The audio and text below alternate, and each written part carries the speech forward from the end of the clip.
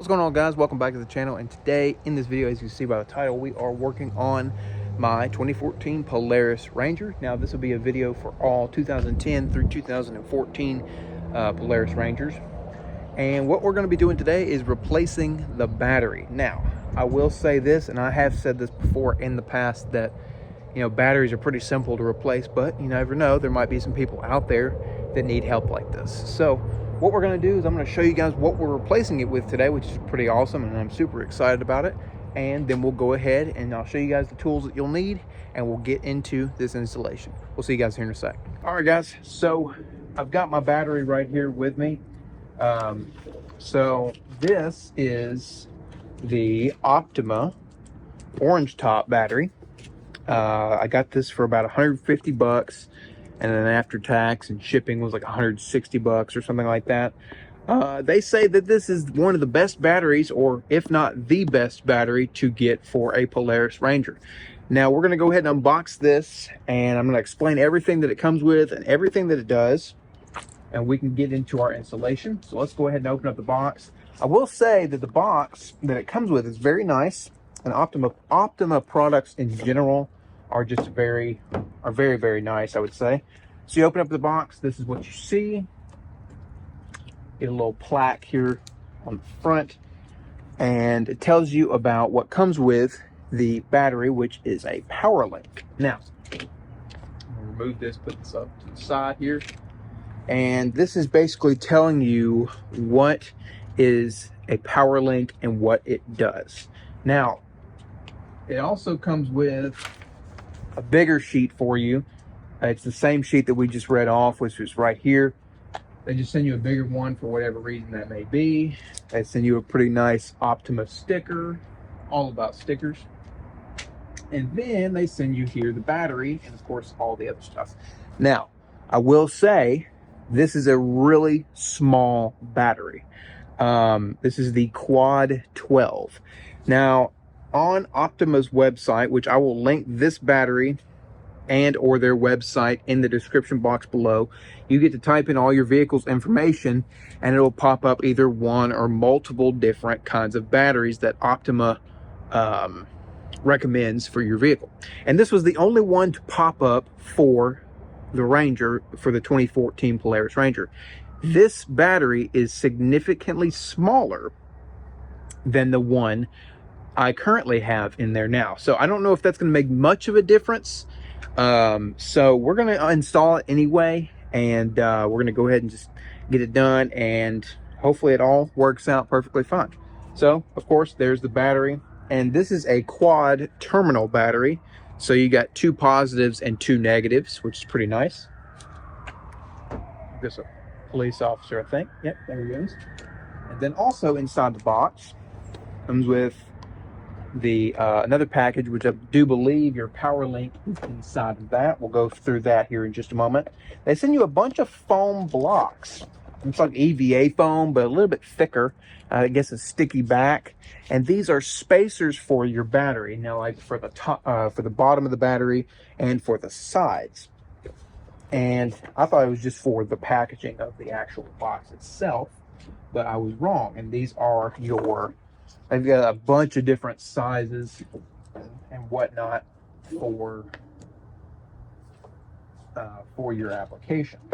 Now, I don't know if I'm going to need all of these, but I definitely already know that I'm going to need some of them, because the way the battery sits in my Polaris as of right now, it sits kind of down further than I would like to. So if I have to jump it off with a jump box, considering it is December and colder, if I do have to jump it off, I have to pretty much lift it up by hand and then plug it into the jump box, and it's just kind of inconvenient.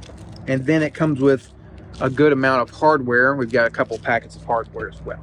So that's all it pretty much comes with, which is pretty cool, pretty nice. Like I said, boxing is wonderful. I've always loved Optima products. I have an Optima red top battery in this Jeep currently, and I will be doing some other stuff with an Optima yellow top and a red top here soon on this Jeep. So stay tuned for that, and make sure you subscribe for that video. Now, like I said, the Optima red top I have in my Jeep, I've had it for about 5-6 years now, and which is honestly you don't get batteries that last you 5-6 years anymore, especially the ones you buy from, I don't mean to call anybody out, but O'Reilly's, AutoZone, Advanced Auto Parts, all that kind of stuff, Napa. If you buy a battery from them, every single battery that I've bought from them, and I'm not saying it's their fault, they just don't last as much as they used to. And back in the day, maybe 10-20 years ago, batteries used to last you 10 years, and you just don't get batteries like that anymore. But Optima, I believe that they are changing back to that old way of making batteries with newer technology. Like I said, this one in my Jeep has lasted me 6 years, 5-6 years so far, and knock on wood that it lasts me a couple more years. So even though they are a little bit more expensive than your normal battery, I say they're 100% worth it. So let's go ahead and get into talking about what a power link is. All right, guys, so here is your power link. So it comes with this little itty bitty Phillips head screwdriver, and it's also a keychain too, so you can use that and put that on your keys if you want to. And here is your power link itself.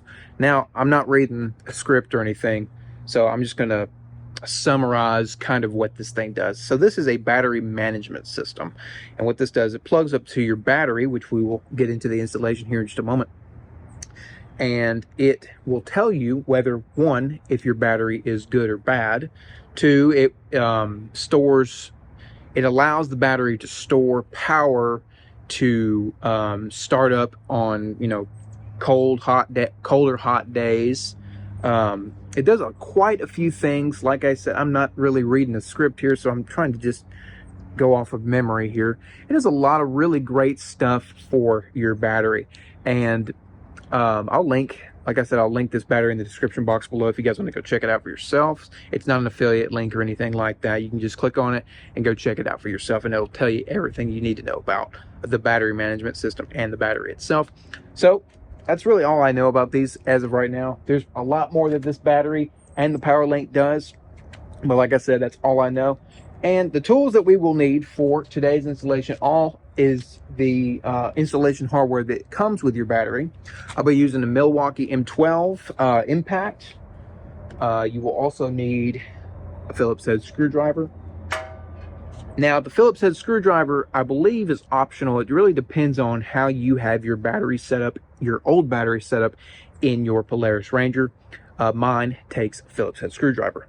And also, I believe for all 2010 through 2014, you will need a T25 Torx bit, or star bit, I guess you can, I believe it's a star bit, I believe, to take off the top mount, which holds your battery into place. So let's go ahead and dive into this installation. All right, guys, coming over to your Polaris Ranger, go ahead and remove the seat, and that'll give us access to where your battery is. So the first thing that we're going to do is we're going to take off this plate that holds your battery into place. And like I said before, this is a T25 star or Torx bit. So we're going to go ahead and remove those now. So once we got that top bracket removed, the next thing we need to do is remove the actual terminals themselves from the battery. And what that's going to be is for me, it's going to be a Phillips head screwdriver. So I'm going to go ahead and remove them. When you do this, you always disconnect your positive wire first and then your negative. Now, on some vehicles, you do disconnect your negative terminal first and your positive last. It really just depends on how your vehicle is set up and what your user manual says. So always make sure to read your user manual and make sure which one comes off first. All right, so what I did after I removed the two wires from the battery, I went ahead and took our tray out, which just popped right out of place, and I emptied all the leaves and stuff out. And I went ahead and put some of our foam blocks inside the box, the ones that came with the battery. Now, let's go ahead and work on our battery. What we're going to do is we're going to grab our battery and we're going to pop the top cover off. So I just used the included Phillips head screwdriver, came in on the sides and pried this top piece up, and it will eventually remove the top of your battery.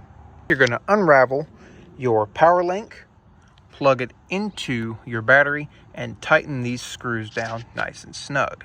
Next thing you're going to do is you're going to route the cable through whichever side that you want. It does not matter to me. And then reinstall the cover on top of the battery. Next thing that we can do is we can put our battery in. As you guys can see, I've used the blocks to where it doesn't move side to side or back or forth. And that is the proper height that I needed. So next thing that we can do is put our battery in here. We're going to run our cable out whichever way you want, but I've got mine out of the way for now. And I'm going to go ahead and reconnect our battery cables. So as you guys can see, I've got my negative terminal all screwed in. So what I did was I left these two on because I do not need those. And I'm using the hardware that is included. So underneath the actual terminal on the battery itself, what you're going to do is you're going to take these little cube pieces and you're going to stack them on top of each other just like that and put them inside of here. And once you've got that done, you can go ahead and route your cable how you want it, put your screw through and tighten it down to the terminal. So let's go ahead and do that for the positive side. All right guys, so once our battery is fully installed, the next thing we can do is we can take our original battery hold down and reinstall it to the top of the battery. So once the battery is fully installed, the next thing we can do is we can grab our power link, and what we're going to do is this button here on the front, we're going to hold this down for 1 second until an indicator is green. So let's go ahead and do that now. See if I can figure out. Okay, there it is. You hold it down. It was red at first, and now we're in the green, and we should be able to start up our Ranger now. We're going to go ahead and try that now. As you guys can finally hear, the battery is working fine, started up perfectly fine, no jump needed. Now, that, as you're seeing, is flashing amber to green, amber to green. What that means, make sure you check up on your manual and read up on your power link on what all the lights mean. Now, mine is flashing amber to green, back and forth. And what that means is the battery is connected and is charging. So we have successfully installed this battery. I'm gonna go ahead and close this video out, guys. If I helped you out in any way, shape, or form, and if you enjoyed the video, make sure to leave me a like, comment down below, and subscribe for more videos like this. We'll see you guys next time. Peace.